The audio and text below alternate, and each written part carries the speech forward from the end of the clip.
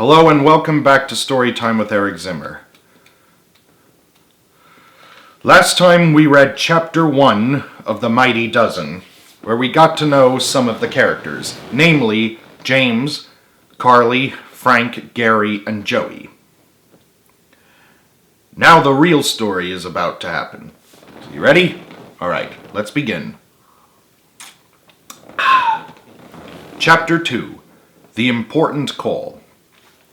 About half an hour later, Frank, Gary, and Joey, after seeing if the coast was clear, came inside. They decided not to go to the pool until later, especially since clouds looked like they were starting to roll in from the distance. "Shall we check on the dude and dudette?" Gary asked. "Not right now," said Frank. "Let Jimmy and Carly cool off for a while."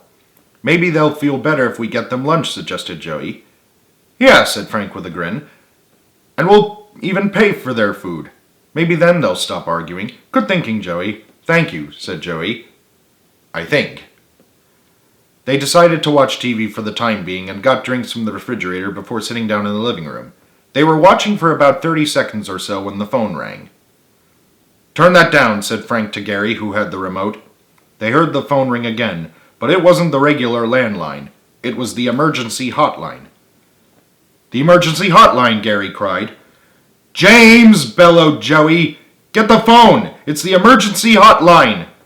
James pelted out of his room as fast as he could.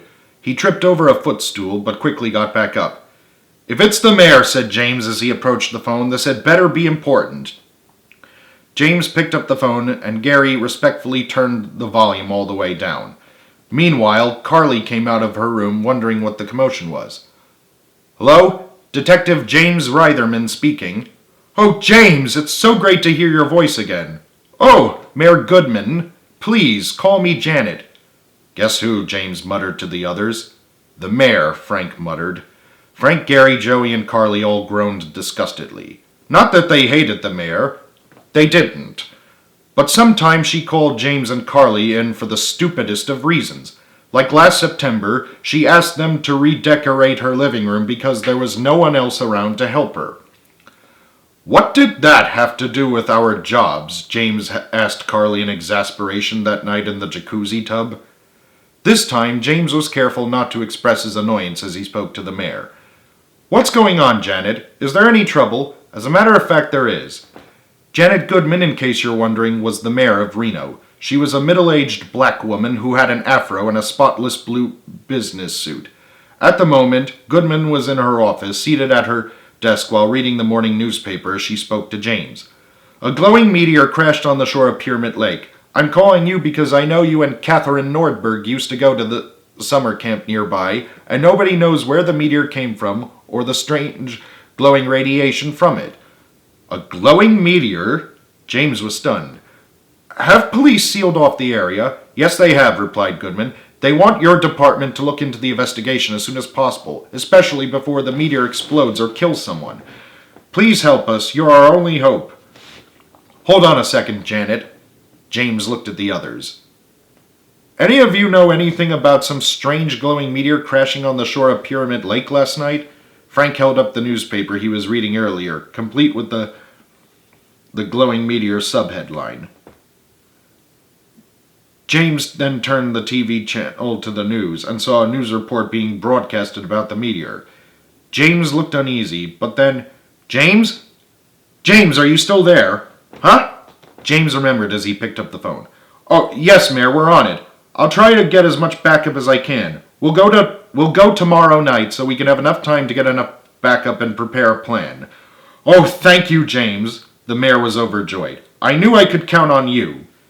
James hung up the phone and looked directly at the others, all of whom were waiting impatiently for his reply. "Well, what is it?" asked Carly. "They want us to investigate the glowing meteor by Pyramid Lake." The others cheered. "Finally," Carly said, "an actual mission. And we'll be able to go to our old campsite," added Gary. "It'll be just like old times," Joey chimed in. "Wait a minute," said Carly, frowning. "You guys aren't detectives." "Perhaps not," said James, "but we're going to need all the backup we can get, Carly, and since it's where our old camp was, we should get our closest friends from the camp to join us. After all, 9 is better than 5. I admit I do miss Christy, said Carly, resigned. It's settled then, said James. Let's see if they can come by tomorrow afternoon, and after we call them, shall we go to the pool? Frank, Gary, and Joey all cheered. I'll call Richard's father and ask where he and Christy are. Gary, Joey, look up the school in Santa Fe that Pedro attends. Carly, get in touch with USC and ask for Reginald MacGyver. And Frank, make sure the old camp bus is in good condition to drive. You have the old camp bus? Frank was surprised. Well, said James, Arthur gave it to us for some reason after last summer.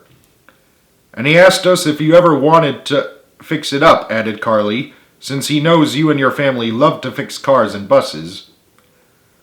Frank smiled with confidence. You can count on me, he said, saluting James. After everybody scattered and started carrying out James's orders, Frank looked at the newspaper subheadline again. Feeling more uneasy by the minute, he picked up the regular phone and started dialing Richard's home phone in Omaha. Richard's father, Dr. Kenneth Lounsbury, answered it. Hello, Dr. Lounsbury speaking. Hello, I'm calling for Richard. Is that Jimmy Reitherman? Kenneth was surprised but delighted. Yes, it's me, Dr. Lounsbury. Please, call me Kenneth. After all, you've always been like a brother to Richie. Okay, Kenneth. I'm calling for Richard. I know he and Christy are studying at UCLA, but do you know where they are for spring break? I thought you and Carly were going with them to Las Vegas. James looked embarrassed. It's a long story. Is Carly okay? Kenneth asked. She's fine, said James hastily. I'm sorry, Kenneth, but this is important. Do you know what hotel Richard and Christy are staying at? I need to talk to him. I promise to explain everything later. Absolutely. They're staying at Caesar's Palace. Thanks, Kenneth. I owe you one. No need to thank me. My pleasure.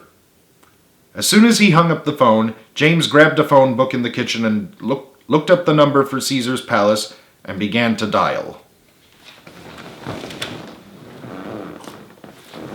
To be continued.